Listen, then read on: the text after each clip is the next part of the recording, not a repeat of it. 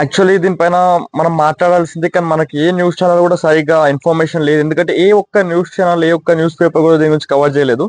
మహబూబ్ నగర్ జిల్లా మూసాపేట మండలంలోని ఒక గ్రామంలో ఒక దళిత యువతి పైన ఘోరాది ఘోరంగా అత్యాచారానికి పాల్పడ్డారంట. మేము చేసిరో లేదో మనకి ఇప్పుడు నాకైతే కన్ఫర్మేషన్ లేదు. ఎందుకంటే నిన్న ఎక్కడ ఈ న్యూస్ గురించి చదువుదామన్నా, ఏం చదువుదామన్నా నాకు ఫుల్ ఇన్ఫర్మేషన్ ఏం వస్తలేదు. ఎందుకంటే ఏ న్యూస్ ఛానల్స్ కూడా దీని గురించి కవర్ చేయలేరు ఫ్రాంక్ గా.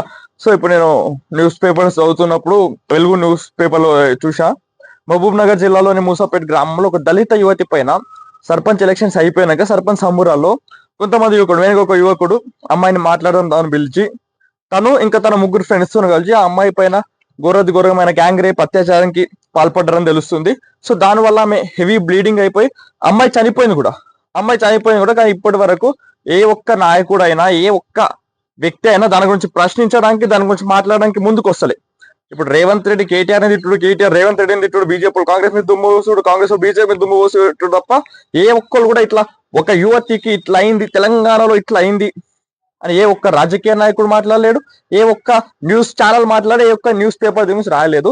సో నేను దాని గురించి ట్రై చేసిన. ఎందుకంటే నిన్ననే నాకు కొంచెం ఇన్ఫర్మేషన్ వచ్చింది, కానీ మనకేం తెలియకుండా మాట్లాడొద్దని ఆగిన. బట్ ఇప్పుడు కూడా ఏ ఒక్క న్యూస్ ఛానల్ కూడా దాన్ని కవర్ చేస్తలేదు. సో మీరెవరన్నా దాని గురించి ఏమైనా ఇన్ఫర్మేషన్ తెలిస్తే డిఎం ఫర్ మీ.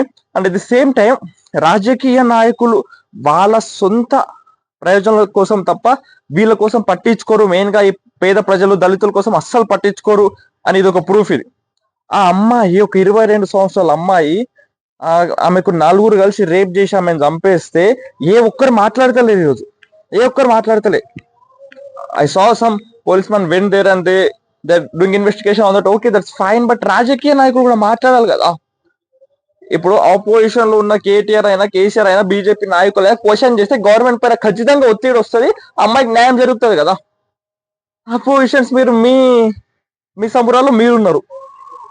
ఇప్పుడు మందకృష్ణ మాదిగల్ అంటే ఆయన ఇక్కడ దళిత యువతిని అంత ఘోరంగా రేప్ చేస్తే ఆయన ఏం చేస్తుంది నాకు అర్థమైతలే. అంటే దీని గురించి ఫేమ్ రాదనా? ఫేమ్ రాదు, అంతే కదా. ఫేమ్ రాదు కాబట్టి అలా పాలలు పోయినా ఏం ఇది లేదు. అరే ఒక మనిషి పాలల కన్నా రాజకీయాలు ఎక్కువ కాదు కదా, అది అర్థం చేసుకోవాలి మీరు. ఈరోజు ఖచ్చితంగా యువతికి న్యాయం చేయగల రకంగా మనం పోరాడదాం.